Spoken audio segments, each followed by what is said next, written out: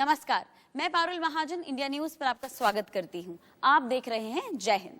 चीन के साथ भारत के मौजूदा तनाव को देखते हुए हमारे सुरक्षा बलों और सेना की तैयारियां जबरदस्त हैं। यकीन मानिए, युद्ध की स्थिति में चीन को न सिर्फ नाको चने चबाने होंगे बल्कि चारों खाने चित भी होना होगा। चीन से लगी LAC पर हमारी एक फोर्स तैनात रहती है जिसका नाम है ITBP। ऊंची ऊंची चोटियों और मुश्किल घाटियों में देश की सीमा की रक्षा करने वाली ITBP बेमिसाल है। इस फोर्स की ताकत, उसके जज्बे और वतन परस्ती को समझने के लिए मैं मसूरी गई, जहां ITBP के ऑफिसर्स ट्रेनिंग लेते हैं।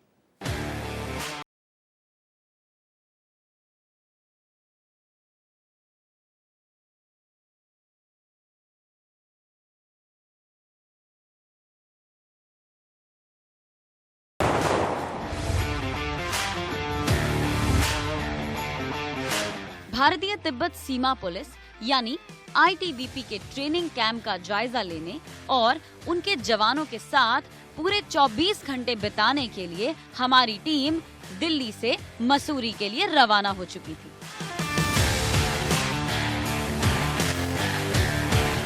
हमारा पहला पड़ाव था देहरादून स्थित ITBP के नॉर्दर्न फ्रंटियर का हेडक्वार्टर। यहाँ हमारी मुलाकात DIG KP सिंह से हुई। हमने इनसे जानने की कोशिश की कि ITBP की जरूरत कहाँ होती है। KP सिंह जी, आपसे जानना चाहेंगे कि क्या दायित्व रहते हैं आपके, क्या रोल्स एंड रिस्पॉन्सिबिलिटीज निभाते हैं एज DIG फ्रंटियर? जैसा कि आप इस समय ITBP नॉर्दर्न फ्रंटियर हेडक्वार्टर में हैं और यह फ्रंटियर देश की उत्तरी सीमाओं की जिम्मेदारी के लिए पूरी तरह से कटिबद्ध है और ये हिमाचल प्रदेश और उत्तरांचल के गढ़वाल और कुमाऊं दोनों क्षेत्रों के लिए पूरी तरह से मुस्तैद है।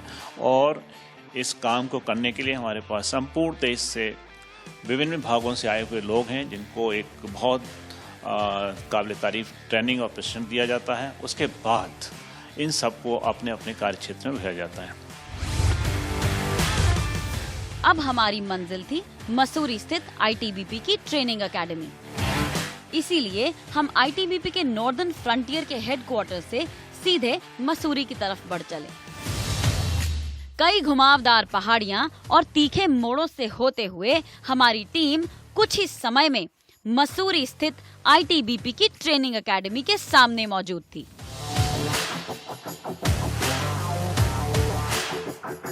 कड़ी सुरक्षा वाले ITBP के मेन गेट को पार करने में हमें दिक्कत नहीं हुई क्योंकि हमने यहाँ शूट करने की अनुमति ले रखी थी।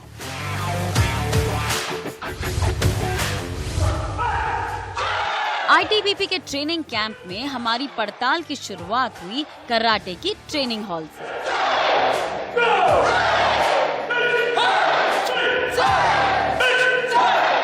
ये है ITBP की सेंट्रल कराटे टीम,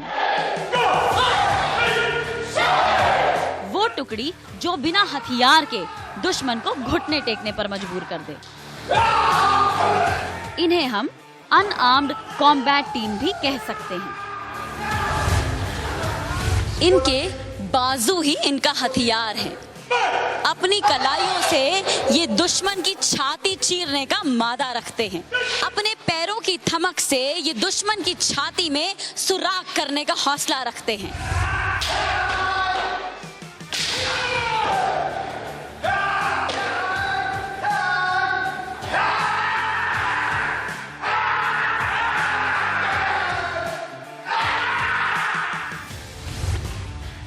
चंद्रमोहन जी, आपसे जानना चाहेंगे कि किस तरह की ट्रेनिंग देते हैं आप जवानों को? मैम, ऐसा है कि हमारे यहाँ जो रिक्रूट भर्ती होकर आता है तो उनका यहाँ पे 9 महीने का बेसिक ट्रेनिंग चलाई जाती है। उसमें भी कराटे एक जरूरी पार्ट है। ट्रेनिंग समाप्त होने के उपरांत एकेडमी में 6 महीने का बेसिक कराटे कोर्स चलता है। 6 महीने पूर्ण होने के उपरांत यहाँ पे उनको ब्राउन बेल्ट दिया जाता है। ब्राउन बेल्ट देने के बाद जो उसमें बेस्ट 10 होते हैं उनको दोबारा 3 महीने का प्री कोर्स चलाया जाता है। प्री कोर्स चलाने के बाद उन्हें ब्लैक बेल्ट एकेडमी द्वारा दी जाती है। भगवान सिंह जी, आपसे जानना चाहूंगी कि फोर्सेस में मार्शल आर्ट्स का क्या महत्व रहता है, क्या भूमिका रहती है? मैडम, फोर्स में मार्शल आर्ट एक फिटनेस सिंबल के रूप में देखा जाता है और कई बार हमारा दुश्मनों से डायरेक्टली हाथापाई होती है, जिससे कि अगर एक जवान फिट है तो वो आसानी से अपने दुश्मन का सामना कर सकता है।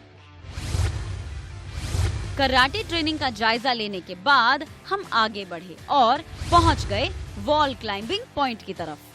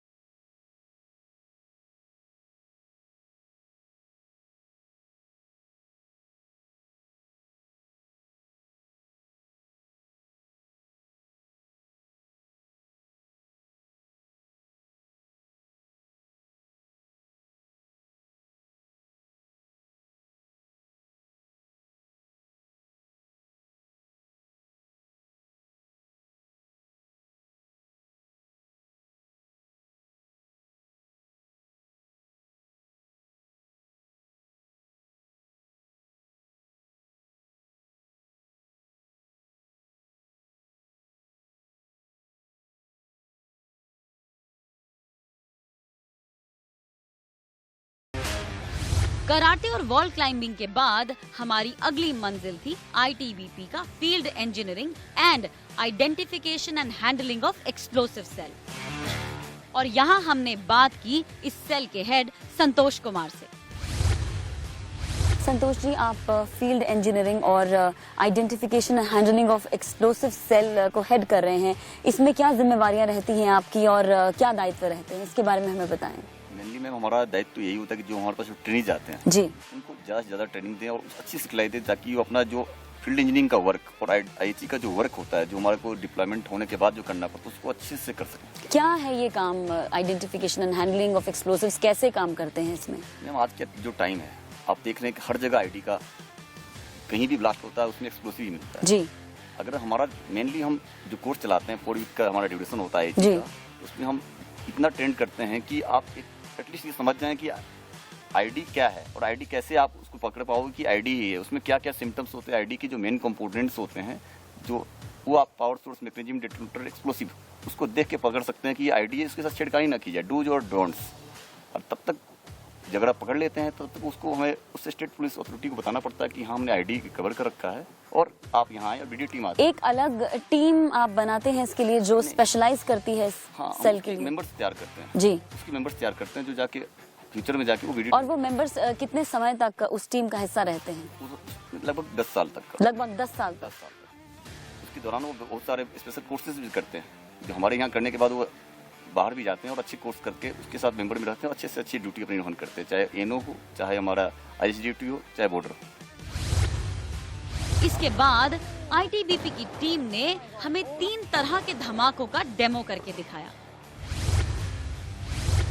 हमें water plum charge, water pump charge जी। इसका मेन उद्देश्य होता है कि यदि किसी कम एक्सप्लोसिव से किसी पुल को तोड़ना हो, तो पुल के अंदर पानी है तो पानी का उपयोग कैसे कर सकते हैं हम तोड़ने के लिए। यहाँ ओह माय गॉड, ये पानी है सारा। सेकेंड पार्ट में डेमोन्स्ट्रेशन का जो है उसमें हम डेजी चेन बताएंगे, जी। एक से ज्यादा टारगेट को बर्बाद करना। ये जो 5 गड्ढे जो आप देख रहे हैं, जी। ये टारगेट है, तो इसमें हम एक इनिशिएशन से 5 टारगेट को एक टाइम में बर्बाद कर सकते हैं। Oh my god. हमारा थर्ड पार्ट है डेमोन्स्ट्रेशन का, उसमें हम दिखाएंगे soft discharge. Soap discharge soft discharge जी। इसका मेन उद्देश्य होता है किसी फ्यूल डैम को कैसे बर्बाद किया जाता है। तो इसमें बेसिकली थर्माइट जो एक केमिकल का मिक्सचर होता है, ऑक्साइड और नाइट्रेट का मिक्सचर होता है, उसमें एक्सप्लोसिव मिलाकर टारगेट को बर्बाद किया जाता है।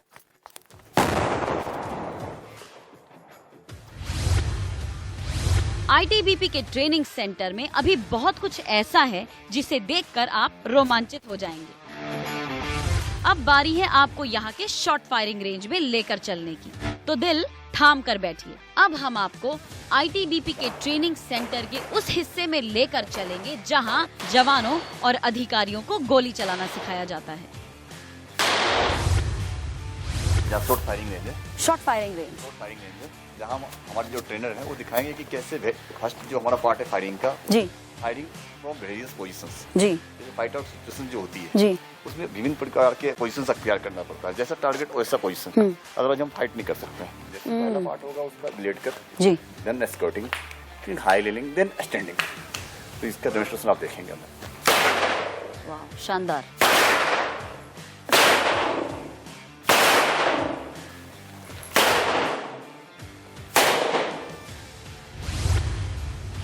आईटीबीपी के शॉर्ट फायरिंग रेंज को कवर करते करते शाम होने लगी थी। हमारी टीम भी यात्रा और दिन भर के काम के बाद अब थकने लगी थी, इसीलिए हमने थोड़ा आराम किया और उसके बाद पहुंच गए आईटीबीपी के एडमिनिस्ट्रेटिव विंग में और शामिल हो गए जवानों और अधिकारियों के कैंप फायर में। कैंप फायर में हमारी मुलाकात लगभग उन सभी अधिकारियों से हुई जो यूपीएससी सीएपीएफ की परीक्षा क्लियर करने के बाद यहाँ ट्रेनिंग पा रहे हैं। हमने इनमें से कुछ अधिकारियों से बात भी की। देशभक्ति का जज्बा और वर्दी पहनने की तमन्ना इन्हें आईटीबीपी की ओर ले आई।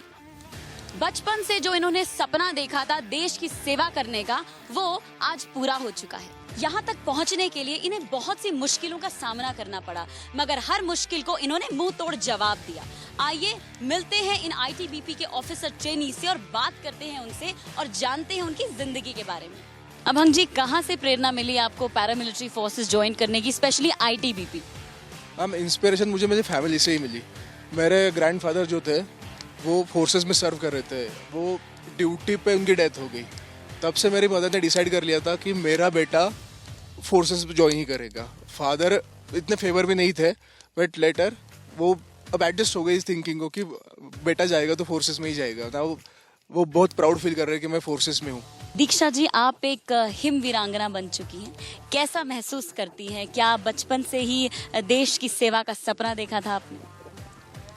जी मैम, बहुत गर्व महसूस होता है क्योंकि बचपन से मैंने अपने फादर को इस वर्दी में देखा है और हमेशा ये सपना था कि शायद कभी मैं पहन पाऊँ।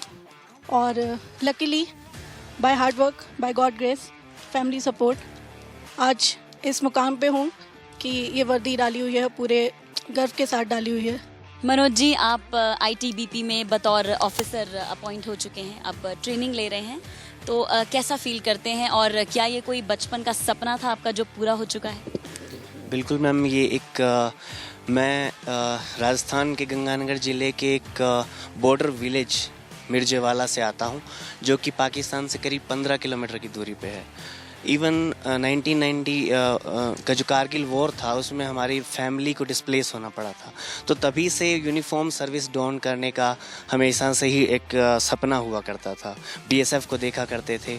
Even I also served as a junior scientist in AIIMS New Delhi, but लेकिन जो लैब का जो एनवायरनमेंट था वो कहीं ना कहीं सेटिस्फेक्शन नहीं आया कि, तो ये आईटीबीपी के लिए स्पेशली फोर्सेस के लिए जो चार्म था वो हमेशा बरकरार रहा। हम हिमालय के रक्षक बने हैं, पर्वतों के शिखर पर खड़े हैं, जहां संभव नहीं था पहुंचना, अब तिरंगे वहां पर लगे हैं।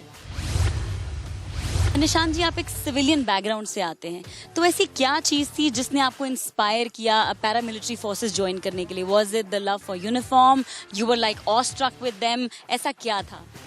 मैम, बेसिकली मेरे पिताजी जो हैं वो एक वकील हैं Punjab and Haryana high court में, बट मेरे जो इंक्लिनेशन थी toward joining this particular force, that comes from my grandfather itself. He was a serving personal in CISF। उनकी वर्दी देखना और वो सितारे अपने कंधों पे लाना बचपन से मेरा एक सपना रहा है। तो आईटीबीपी को जब मैंने 2018 में ज्वाइन किया तो उसके बाद ये फीलिंग और ज़्यादा डीप होती गई और आज ये मौका मिला हुआ है कि ये सपना सच हो पा रहा है। सिमरनजीत जी, आखिरकार आपका जो सपना है वो पूरा हो चुका है। आप आईटीबीपी में बतौर ऑफिसर सिलेक्ट भी हो गए और अब ट्रेनिंग भी कर रहे हैं, तो अब सपना तो पूरा हो गया। अब जो ट्रेनिंग पार्ट है उसके बारे में हमें बताइए, क्या टफ है, आसान है, इंटरेस्टिंग है, कैसा लगता है? ट्रेनिंग मैम फिजिकली और मेंटली बहुत ही डिमांडिंग है, पूरी टफ है, डिमांडिंग है, चैलेंजिंग है और इसके साथ साथ हमारी जॉब प्रोफाइल ऐसी है कि हमें टफ लोकेशन पे सर्व करना पड़ेगा, तो अभी ट्रेनिंग में कॉन्फिडेंस भी आ रहा है कि हमें इतना ट्रेन किया जा रहा है तो हम उन लोकेशन पे आगे जाके देश के लिए सर्व कर सकते हैं। Mr. Lysing, what inspired you to join the paramilitary force, especially ITBP? Ma'am, my inspiration started from my house only. My father was working in Manipur Police, and some of my brother are working in Manipur Police, and some of my brothers are serving in Defence Force. So seeing their disciplined life, the way how they take up their responsibilities, I was always motivated to join this force. And moreover, as I'm from Manipur, I happen to witness lots of atrocities caused by non-state actors. So I always wanted to do something to the local villages, and ultimately the mission and the role and task of this force itself is to instill the sense of security to the local villages. So all this add up that I should join this force. ITBP के training centre में हम तकरीबन 12 घंटे बिता चुके थे। लगभग आधी ट्रेनिंग का जायजा हमने ले लिया था, लेकिन कुछ महत्वपूर्ण टीमों से मिलना अभी बाकी था। अगली सुबह हमारी टीम फिर से ट्रेनिंग सेंटर का जायजा लेने पहुंची। आज हमारी मंजिल थी ITBP की वो टीम जो बम को डिफ्यूज करती है। बम को डिफ्यूज करने वाला जवान सबसे पहले सुरक्षा कवच पहनता है। जवान को सुरक्षा कवच पहनने में उसका साथी मदद करता है। मैम, जैसे ही हमें किसी सूचना मिलती है सक्रिय वस्तु की जो कि बम हो सकता है, तो हम अपने वहाँ पहुँचने के बाद हम अपना कमांड पोस्ट एस्टेब्लिश करते हैं, और एस्टेब्लिश होने के बाद सभी सामानों को निकाल कर तैयार कर लेते हैं। उसके बाद हम इन सामानों को सभी को तैयार कर हमारा RSP-1 जो कि रेंडिंग से प्रोसीजर 1 और उसका असिस्टेंट RSP-2 उस आइडेंटिफाइड लोकेशन के लिए मार्च कर जाता है। एक बार लोकेशन पे पहुंचने के बाद फिर क्या कार्यवाही करते हैं ये लोग? जो भी हमारी सक्रिय वस्तु ऑलरेडी पहले से आइडेंटिफाइड है, उस वस्तु को चेक करते बिना हिले डुलाए जाके RSP-1 उसको चेक करता है, और NLGE की मदद से उसको चेक करता है कि क्या उसमें कोई सर्किट लगा हुआ है या किसी प्रकार का इलेक्ट्रिकल इक्विपमेंट्स उसमें कवर किया गया है, और उससे भी आइडेंटिफाइड नहीं होती है तो उसका MO8 का यूज किया जाता है। MO8 से भी नहीं आइडेंटिफाइड होती है, तब उसके बाद वो RTVS real time viewing system जो हमारे पास इक्विपमेंट है उसकी मदद से उसका एक्सरे लिया जाता है उस सूटकेस का। यहाँ जो सक्रिय वस्तु है सूटकेस है, और उसमें आइडेंटिफाइड क्लियर कट फोटो आता है कि उसमें किस प्रकार का मैकेनिज्म लगा हुआ है।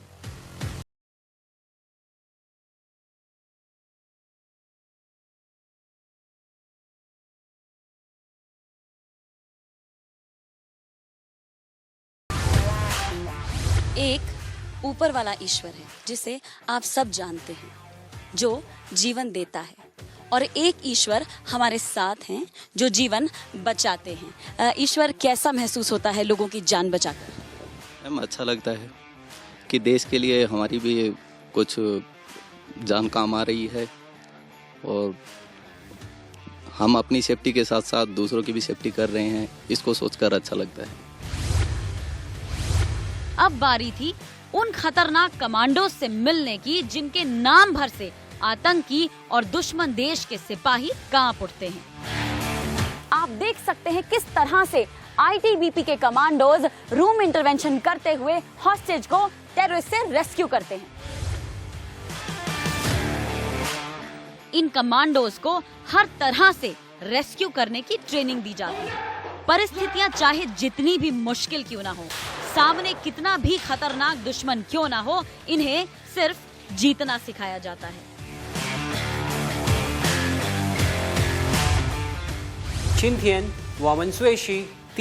ITBP में ट्रेनिंग पा रहे अधिकारियों को चाइनीज भाषा की भी ट्रेनिंग दी जाती है। शीलू मीन्स डिसिप्लिन। जी, कितने समय से आप अकेडमी में चाइनीज सिखा रहे हैं? I'm from 2018 onwards, अराउंड मेरे को 3 years हो गए चाइनीज सिखाते हुए। 3 years। और क्या ड्यूरेशन रहता है इस कोर्स का? मैम, बेसिकली जो हमारे पास यहाँ कोर्सेज आते हैं वो रिफ्रेशर कोर्सेज आते हैं, तो इनका अराउंड 2 months का ड्यूरेशन होता है। और कितने समय में जो बेसिक चाइनीज आ जाती है और कितने समय में जो एडवांस्ड कोर्स रहता है हमारा? Ma'am, basic we can say around 1 year तो लगता ही है, 1 year लगता और एडवांस में 2 years लगते हैं हम लोगों को। अगर मैं आपसे कहूँ कि 3 शब्द चाइनीज में आप हमसे कहिए तो क्या कहना चाहेंगे? ओके, यूंगची, चियनतिंग शिंग, चीलू। क्या मतलब है इन 3 शब्दों? मैम इनका मतलब है शौर्य, दृढ़ता और क्रमनिष्ठा। ब्यूटीफुल, जो आपका ITBP का मोटो है। Right. So Gaurav ji, you're in charge of training all the new officers who are recruited into the ITBP. तो क्या role and responsibility रहती है आपकी? Ma'am, as you know that this particular batch is 26th ACGD basic course. So after qualifying their UPSC CAPF examination, they have just come out of their homes, from their comfort zones, being a layman, from their colleges. So it is a transformation. We have to make them men out of boys. की सीमा हो या फिर काराकोरम से लेकर लिपुलेख दर्रा, 3488 kilometre की सीमा पर ITBP के जवान जान की बाजी लगाए रहते हैं। इसके अलावा प्राकृतिक आपदाओं के समय में देश के लोगों की मदद करना और दूर दराज के इलाकों में सड़क पुल बनाने का काम भी करती है ITBP। ये फोर्स सचमुच चट्टानी हौसलों और पहाड़ जैसे मजबूत संकल्प से भरी हुई है। आज के लिए बस इतना ही। आपसे फिर मुलाकात होगी अगले एपिसोड में। तब तक के लिए नमस्कार, जय हिंद।